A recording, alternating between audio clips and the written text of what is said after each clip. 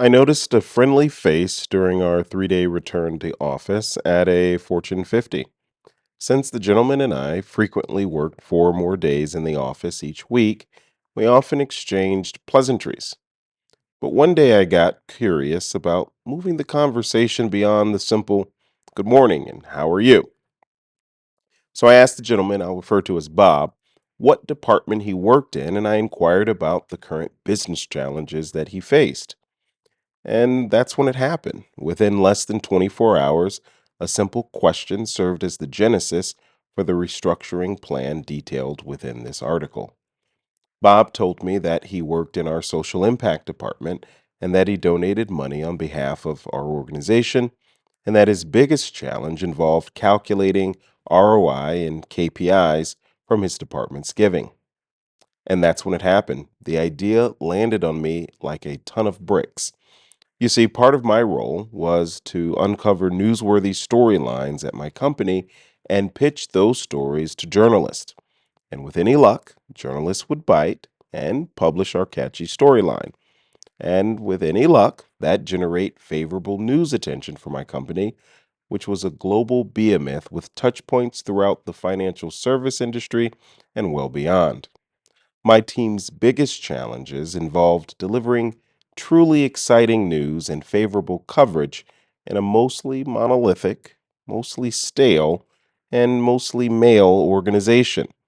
For Pete's sake, our roles required us to compete in a drama filled 24-hour global news cycle alongside industries with truly exciting news. Now, traditional marketing and communications teams, they often believe that their stories are exciting. But truth be told, really, can they be? After these folks spend 20 years running up, jogging up, or otherwise tiptoeing up the corporate ladder, they stay light years away from conflict.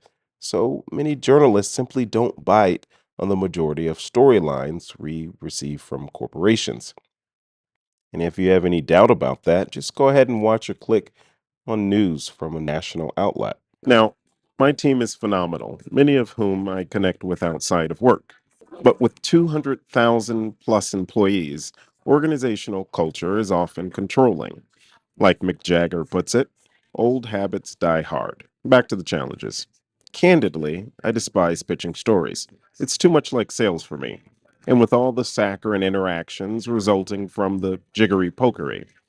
Conversely, I absolutely love developing storylines, innovative problem solving, and connecting authentically along shared interests. Since I knew pitching was part of my role, I got creative and uncovered an intersection between my MBA experience, my communications experience, and my altruism. I set out to provide my team with an early holiday gift by providing them with a cacophony of evergreen storylines. Now, as every Marcoms pro knows, we have a feather in the cap leading to a striking mixture of media hits. It's called the beloved peso model, and here's what it stands for. The P equals paid media. That's where organizations pay to receive positive coverage. The E stands for earned media, media that's free because the story pitch was so great. The S stands for shared media, media we share on social platforms. And the O stands for owned media. That's on organizations' blogs, websites, etc. As a former TV reporter, I'm uniquely aware of what stories resonate with my former colleagues' mantra. If it bleeds, it leads. But it's not the type of attention most organizations want, if you know what I mean. As you might imagine, Marcom's pro or not, company budgets are not unlimited, not even within the financial services industry. So I needed to get creative.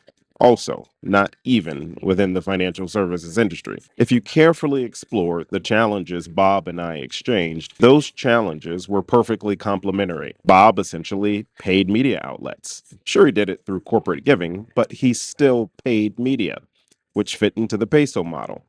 Bob simply wasn't able to show KPIs or ROI from all of his giving. But I sure could help with that by integrating my own challenges and my own opportunities. And my department only had $200,000 left in our Q4 paid media budget, which is considerably large considering typical American household budgets. But 200,000 paled when compared to my annual paid media budget and existing priorities. So what Bob's challenge essentially offered me was a much appreciated cash infusion to my paid media budget. Why weren't organizations organized like this previously? I was on the job for less than 3 years, and as I stated before, creativity isn't really how it works in a mostly monolithic, mostly male, and mostly stale environment.